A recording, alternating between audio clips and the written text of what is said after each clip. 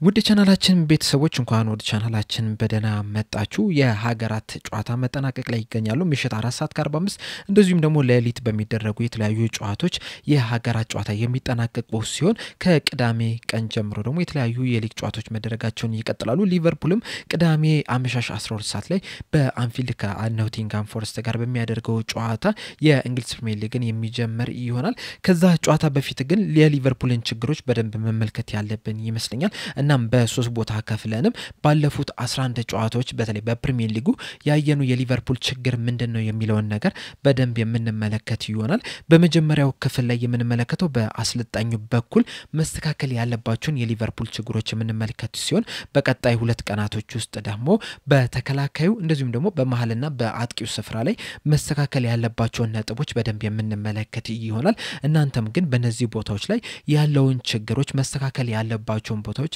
እንዴትስ መስተካከል አለባቸው የሚሉን ሐሳባችሁን እንዳለ ኮሜንት ሴክሽን ላይ በመጻፍ አሳውቁኝ እስከመጨረሻው ደቂቃ ድረስም አብራችሁን ቆይታችሁ ፕሮግራሙን እንድትከታተሉት በአክብሮት ጋብዛለሁ ሰብስክራይብ ያላደረጋችሁም ሰብስክራይብ እያደረጋችሁ የቻናሉ ቤተሰብ እንድትሆኑም በአክብሮት እጠይቃለሁ አሁን በቀጥታ ወደ ያስኩላችሁ ጉዳዮች የማመራ ይሆናል በዛሬው ዕለት ቀደም እንደነገርኳችሁ የምንመለከተው ሊቨርፑሎች በ11 የፕሪሚየር ሊግ ጨዋታ እንደዚሁም ደግሞ በሻምፒዮንስ ሊግም የተደረጉትን ጨዋታዎች ጨምሮ ያደረገውን እንቅስቃሴ ስንመለከት በጣም ብዙ ችግሮችን እየተመለከትን ነው የምንገኘው በተለይ ባለፉት 10 ጨዋታዎች 7ቱን መሸነፍ ይችላልና ምንድነው ማስተካከል ያለበት ከዚህ በኋላ ላሉት ጨዋታዎች በተለይ ደግሞ በፕሪሚየር ሊጉ በዚህ 8ኛ ደረጃ ላይ ነው የተቀመጠው ከመሪው ከአርሰናልም የነጥብ ልዩነቱ ወደ 8 መስፋት ይችላልና ከዚህ የበለጠ የነጥብ ልዩነቱ እንዳይሰፋ እንደዚሁም ደግሞ ከዋንጫ ፉክክሩም እንዳይወጣ በርግጠኝነት ምን መደረግ መቻል አለበት በርግጥ በዚህ ሰዓት ላይ አንዳንድ ሰዎች ከዋንጫ ፉክክሩ ወጥቷል የሚሉ አሉ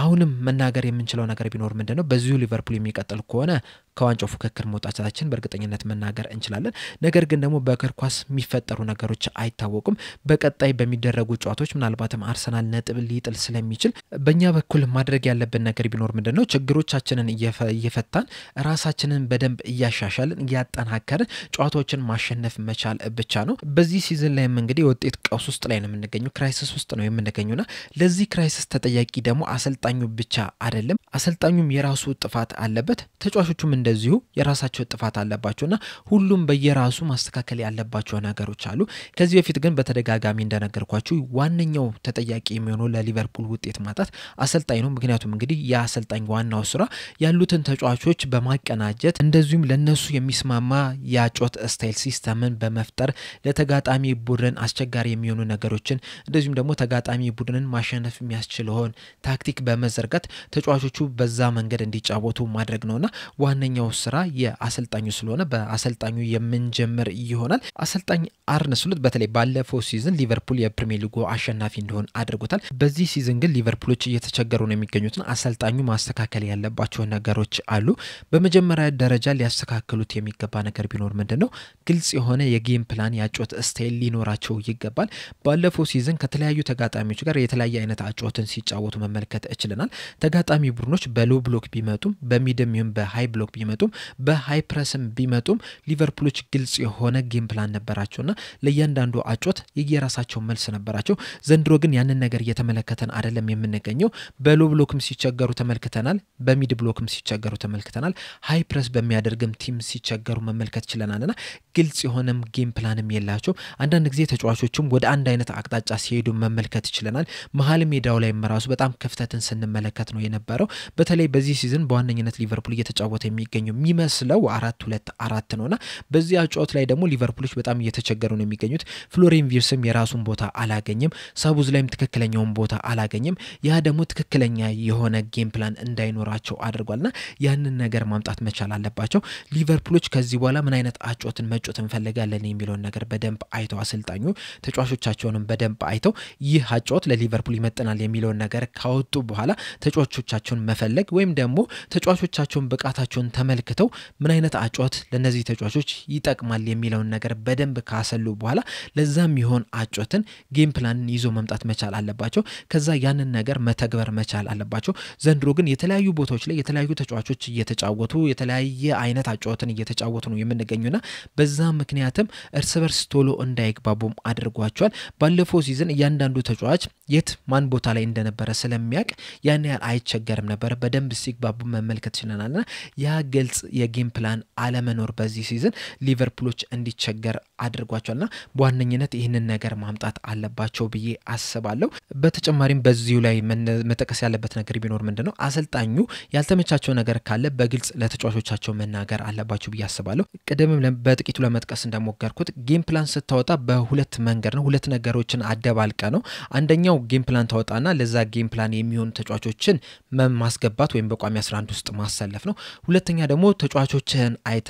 ለስኳድ ለተጫዋቾቹ የሚስማማ ጌም ፕላንን ማምጣት ነውና ሁለቱንም ቀላቅለ ነው ሁሉ ጊዜም ጌም ፕላንን የምታወጣው በዚህም ዙሪያ እንደውም ፔፕ ጋርዲዮላ እንደተናገረው ከሆነ ሁለቱንም መጠቀም መቻል አለበት አንዱን ብቻ ይዘ ሌላኛውን መጣል የለበም ሁለቱንም ስትጠቀም ነው ውጤታማ የሚያደርግ የሚል ነገር ተናግሮ ነበርና ሁለቱንም በመጠቀም የምታወጣው ጌም ፕላን ላይ ተጫዋቾቹ በስነ ስርዓት የማይሰሩ ከሆነ ተጫዋቾቹን መናገር መቻል አለባቸው መውቀስ መቻል አለባቸው ካልሆነ ደግሞ ሌሎች ተጫዋቾችን በማስገባት እነዛን ተጫዋቾች ተቀያሪ ወንበር ላይ እንዲቀመጡ ማድረግ መቻል አለባቸውና ወሳኝ ሰው መሆን መቻል አለባቸው ወደ ኋላ የሚሉበት ምንም አይነት ጊዜ የለም ብዙ ምክንያቶችን መደርደርም አያስፈልግም ግልጽ የሆነ ጌም ፕላን ታቀርባለ ለዛ ጌም ፕላን ተጫዋቾቹ ማይፋለሙ ከሆነ ወይም ደግሞ አልተመቸንም ብለው ወይም የሚያለምጡ አይነት ከሆነ እነሱን ተጫዋቾች በማስወገድ ሌላ ተጫዋች በማምጣት እዛ ቦታ ላይ እንዲጫወት ማድረግ አለባቸው ብዬ አስባለሁ ሌላኛው መነሳት ያለበት ነገር ቢኖር ደግሞ ምንድነው በተለይ አሰልጣኙ ማስተካከል ያለባቸው ነገር ቢኖር ምንድነው ኮንሲስተንሲና ሮቴሽንን ባላንስ ማድረግ መቻል አለባቸው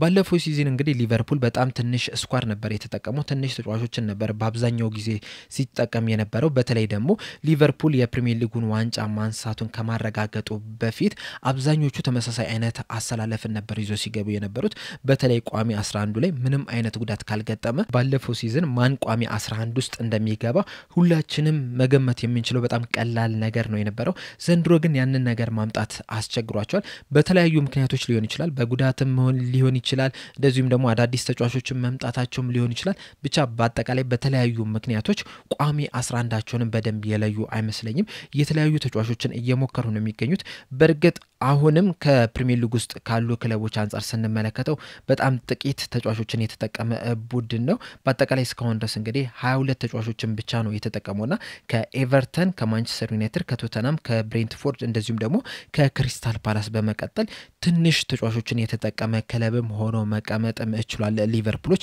እናም ካለፈው ሲዝን አንፃር ስንመለከተው ብዙ ተጫዋቾችን መጠቀም ይችላል ነገር ግን ደግሞ አንዳንድ ጊዜ ኮንሲስተንሲ ለማምጣት ወይም ደግሞ ወጥነትን ለማምጣት ተመሳሳይ አይነት ተጫዋቾችን መጠቀም ያስፈልጋል ምክንያቱም ተመሳሳይ ተጫዋቾች ሁሉ ጊዜ አብረው መጫወት ሲጀምሩ እርስ በርስ በደንብ ይተዋወቃሉ በደንብ ይግባባሉና ያ ደግሞ ጨዋታቸውን ቀላል ያደርግላቸዋል ለማሸነፍም በጣም ትልቅ ጠቀሜታ አለው ነገር ግን ደግሞ ወጥነትን ስንፈልግ ደግሞ ተጫዋቾችን ድካም ደግሞ በደንብ ማየት መመልከት መቻል አለብን ምክንያቱም ባለፈው ሲዝን የሊቨርፑል ስኳድን ከተመለከትን መጀመሪያዎቹ አካባቢ በጣም በፍጥነት ነበር ሲጫወቱ የነበሩት በጣም ብዙ ኢነርጂዎችን ሲያወጡ ነው የነበሩት ነገር ግን የፕሪሚየር ሊጉ ወደ መጨረሻ አካባቢ የተደረጉትን ጨዋታዎች ስንመለከት ስኳዱ መዳከም ተመልክተንበት ነበርና ያ ነገር እንዳይፈጠር ደግሞ ሮቴሽን ያስፈልጋል የተለያዩ ተጫዋቾችን እየቀየረን ማስገባት መቻል አለብን ነገር ግን ዋንኛው ነገር ምንድነው አሰልጣኙ የሚጠበቅባቸው ይሄንን ነገር እንዴት ባላንስ ማድረግ አለብኝ የሚለው ነገር ትክክለኛውን መፍትሄ ማምጣት አለባቸው ብዬ አስባለሁ እንደውም በዚህ በሮቴሽን ላይ ሁለት ጥያቄዎችን በተደጋጋሚ ሲጠየቁ ነበር ከኮንሲስተንሲም አንፃርም ልንመለከተው እንችላለን እነዚህ ሁለት ጥያቄዎች ደግሞ ምንድነው አንደኛው ለምንድነው ለፌዴሪኮ ኬዛ ተጨማሪ የመጮቻ ሰዓት የማይሰጡት ሲሆን ሁለተኛ ደረጃ ላይ ደግሞ ሚሎስ ኬርኬዝ ለምንድነው በቋሚነት ከመጀመሪያዎቹ ጨዋታዎች ላይ በተደጋጋሚ ማሰለፍ የፈለጉት የሚሉት በደንብ መታየት መቻል አለባቸው ለሁለቱም የራሳችን መልስ ማስቀመጥ እንችላለን አንደኛው ለፌዴሪኮ ኬዛ የሚለውን ስንመለከት ፌዴሪኮ ኬዛ በዚህ ሰዓት ካሉት የሊቨርፑል የክንፍ ተጫዋቾች ጋር ስናነጻጽረው ምንም የሚያንስ ተጫዋች አይደለም ከነሱ እኩል እነሱ የሚሰጡትን አይነት ግልጋሎትን መስጠት የሚችል ተጫዋች ነው እንደዚህ አይነት ኳሊቲ ያለውን ተጫዋች ለምንድነው በተደጋጋሚ የመጮቻ ጊዜ የማይሰጡት ለምንድነው በቋሚነትስ የማያስጀምሩት የሚለው ነገር በደንብ መጠየቅ መቻል አለበት ምክንያቱም ሮቴሽን ስትል ዝም ብለ ተጫዋቾችን መቀየር ሳይሆን እንደዚህ አይነት ኳሊቲ ያላቸውን ተጫዋቾች የመጫወቻ እድል መስጠትንም ይጨምራልና ለምንድነው የማያጫውቱት የሚለው ነገር ላይ በደንብ ማየት መቻል አለባቸው። ሁለተኛ ደግሞ ሚሎስ ኬርኬዝስ ለምንድነው ከመጀመሪያው ጨዋታ ጀምሮ በቋሚነት የጀመረው የሚለው ነገር ራሱ ሌላኛው ጥያቄ ነው። ምክንያቱም በኤርገን ክሎፕ ጊዜ እንግዲህ በተደጋጋሚ የተመለከተው ነገር አለ። አንዳንድ ተጫዋቾች በርግጥ ልክ እንደተገዙ የመጀመሪያው ጨዋታ ላይ በቋሚነት ሲጀምሩ ተመልክተናል። ነገር ግን ደግሞ አንዳንድ ተጫዋቾችን ቀስ አድርገው ወደ ጨዋታ ሪትም ውስጥ ለማስገባት እንደዚሁም ደግሞ ከቡድን አጫወት ጋር ለማላመድም ጥረት ሲያደርጉ መመልከት ይችላል። እንደውም አንደኛው ምሳሌ የሚሆነው አንዲ ሮበርትሰን ነው። ሌላኛው ደግሞ ፋቢኒዮ ነው። አንዲ ሮበርትሰንና ፋቢኒዮ በቀጥታ አይደለም በቋሚነት መጀመር የቻሉት። እንደውም 3 ወር 4 ወርም የፈጀባቸው ጊዜ አለ ወደ ቋሚነት ለመምጣትና ቀስ እያሉ ወደ ቋሚነት ማምጣት የተሻለ ውሳኔ ይሆን ነበር ብዬ አስባለሁ። ምክንያቱም አንዲ ሮበርትሰን ከቡድን ጋር በደንብ ተላምዷል። ያለፉትን ጥቂት አመታት ቢያንስ ካለፉት 2 አመታት ጀምሮ አብረው ሲጫወቱ የነበሩ ተጫዋቾች ናቸው። ሁለተኛ ደግሞ በቀኝ ክንፍ መስመር ላይ ትሬንት አሌክሳንደር-አርኖልድ የለምና ሁለቱንም የክንፍ ተከላካዮችን በአንድ አመት ውስጥ መቀየር ተገቢ አይመስለኝም። ለምሳሌ አሁን የመጀመሪያ ቀን የተደረገውን ከበርንማውዝ ጋር የተደረገውን ጨዋታ ስንመለከተው በሊቨርፑል ቀኝ ክንፍ ላይ የተሰለፈው ፍሪምፖንግ ነው የነበረው፣ በግራ ክንፍ ደግሞ ሚሎስ ኬርኬዝ ነው የነበረውና ሁለቱም አዲስ ነው የሆኑት። ምናልባት አሪፍ ይሆን የነበረው አንዲ ሮበርትሰን በግራ ወይ ፍሪምፖንግ ወይ ደግሞ ብራድሊን በቀኝ ማስገባት የተሻለ ይሆን ነበረ። ምክንያቱም ከአራቱ የኋላ መስመር ተከላካዮች የሚቀየረው አንዱ ተጫዋች ብቻ ነው የሚሆነውና ሁለቱንም ከመቀየር አንዱን ብቻ መቀየር የተሻለ ኮንሲስተንሲ ያመጣል፣ የተሻለ ሮቴሽንም እንዲኖርም ያደርጋል ብዬ አስባለሁና እነዚህ ውሳኔዎች ላይ መሳሳታቸው ተጠያቂ የሚያደርገው አሰልጣኙን ነው ብዬ አስባለሁ። ሌላኛው በዚህ ሲዝን እንደ አንድ ችግር የተመለከትነውና መሻሻል ያለበት ነገር ደግሞ የሊቨርፑል የዚህ ሲዝን ፕሬሲንግ ነው። ምክንያቱም ሊቨርፑሎች ላለፉት ጥቂት አመታት በፕሬሲንግ ዙሪያ የሚታሙ አይነት ቡድን አልነበሩም። በተለይ ደግሞ የርገን ክሎፕ ሊቨርፑልን ከያዘ ጀምሮ አምናም በአሰልጣኝ አርነ ስሎት ስርም በፕሬሲንግ ሊቨርፑል አይታማም። ሁልጊዜም የሊቨርፑል ጠንካራ ጎን ፕሬሲንግ ነው ሲባል ነበር ስንሰማ የነበረው። ዘንድሮ ግን የሊቨርፑል ፕሬሲንግ በጣም ወርዶ ነው እየተመለከትን የምንገኘው። እንደ አንድ ምክንያት የምናስቀምጠው እንደ ቡድን አይደለም ፕሬስ እያደረጉ የሚገኘው የሚለው ነው። ምክንያቱም ያለፈውን ሲዝን የምናስታውስ ከሆነ በተለይ ደግሞ ሉዊስ ዲያዝ 9 ቁጥር ቦታ ላይ በሚጫወትበት ሰዓት ኮዲ ጋክፖ፣ ሉዊስ ዲያዝ፣ ዶሚኒክ ሶቦስላይና መሐመድ ሳላ እንደ ቡድን ነበር ፕሬስ የሚያደርጉትና ያ ደግሞ ተጋጣሚ ቡድኖችን በጣም ሲያስጨንቅ ነበር። እንደዚሁም ስህተትም እንዲፈጥሩም ሲያደርጉ መመልከት ይችላል። ዘንድሮ ግን አንዱ በሚሄድበት ሰዓት አንዱ ወደ ኋላ ይቀራል። በተለይ ደግሞ ኮዲ ጋክፖን ከተመለከትን በጣም ፕሬስ እያደረገ አይደለም የሚገኘው፣ ሞር እንደውም ተከላካዩን ሲያግዝ ነው እየተመለከትን የምንገኘውና አንዱ ፕሬስ ሊያደርግ ሄዶ አንዱ ደግሞ ወደ ኋላ የሚቀር ከሆነ ደግሞ ለተጋጣሚ ቡድን ሌላ ክፍተት ነው የሚፈጥርላቸው ነው። ያ ደግሞ የሊቨርፑልን ክፍተት ይጨምርባቸዋልና እንደ ቡድን ፕሬስ አለማድረጋችን ዘንድሮ እያስቸገረን ነው የሚገኘው። በርግጥ የተጫዋቾችም ለውጥ ያምነውን ፕሬስ እንዳናገኝ አድርጎንም ሊሆን ይችላል። በተለይ ደግሞ ፍሎሪያን ቪርትስ በቋሚ ያሰላለፉ ውስጥ በሚገባበት ሰዓት ልክ እንደ ሉዊስ ዲያዝ ፕሬስ አድርጉ ብትሉት ሊያደርግ የሚችል አይመስለኝምና የተጫዋቾችም ለውጥ የራሱ የሆነ አስተዋጽኦም ሊኖር ይችላል። ነገር ግን ደግሞ ይህንን ነገር ማስተካከል የሚችሉት አሰልጣኝ ናቸው። ምክንያቱም ከዚህ በፊት እንደውም በብሬንደን ሮጀርስ የሌስተር ሲቲ አሰልጣኝ እያለ አንድ ነገር የተናገሩት ነገር ነበር። እሱም ምንድነው ያሉት? በተለይ ደግሞ ጄሚ ቫርዲ የሌስተር ሲቲ አጥቂ በነበረበት ሰዓት እድሜው በሄደበት ሰዓት ራሱ ብቻውን ፕሬስ እንዳያደርግ አድርጓለሁ፣ እንደ ቡድን ሌላም ተጫዋች እሱ ፕሬስ በሚያደርግበት ሰዓት እንዲያግዘው አድርጓለሁ። ያ ደግሞ የቫርዲ ላይ የነበረውን ጫና እንዲቀንስ አድርጎታል። ቫርዲም ጥሩ እንቅስቃሴ እንዲያደርግም ረድቶታል የሚል አስተያየትን ሰጥተው ነበር። በእርግጥ እውነታቸው ነው። በዛ አመት ላይ ጄሚ ቫርዲ የተሻለ ጎል ማስቆጠር መችሎ ነበርና እንደ ቡድን ፕሬስ ስታደርግ አንደኛ የተጫዋቾችን ድካምም ትቀንሳለህ፣ ሁለተኛ ጎል የማስቆጠርህንም ቻንስም ትጨምራለህና እዚህ ነገር ላይ አሰልጣኙ በደንብ ማስተካከል ያለባቸው ነገር አለ። ሌላኛው መነሳት ያለበት መስተካከል ያለበት ደግሞ የቆመ ኳስ አጠቃቀማችን ነው። በእርግጥ እዚህ ላይ ተጫዋቾችም የራሳቸው ችግር አለ። ነገር ግን ደግሞ የቆመ ኳስን ስንጠቀም እንዴት ነው ማድረግ ያለብን? ምን ላይ ቦታ ነው ማሻሻል ያለብን? ተጫዋቾችስ እንዴት ነው መጫወት ያለባቸው? በዞናል ነው ወይስ ደግሞ ዋን ቱ ዋን ነው መያዝ ያለባቸው የሚነውን ነገር የሚወስኑት አሰልጣኙ ነውና እዚህ ላይም በደንብ መስራት መቻል አለባቸው። እንደውም አንድ መረጃ እየተመለከትኩ ነበር። ሊቨርፑሎች በፕሪሚየር ሊግ ከብሬንትፎርድ ጋር ጨዋታ ከማድረጋቸው በፊት በልምምድ ወቅት በዚህ ላይ ሲዘጋጁ ነበር። ነገር ግን በጨዋታው ላይ እንደተመለከትነው ያን ያህል ጥቅም አልሰጣቸውም። በተለይ በብሬንትፎርድ በኩል ካዩዲ የሚወረውረው የእጅ ወርወራ በጣም ረጅም ነውና ያ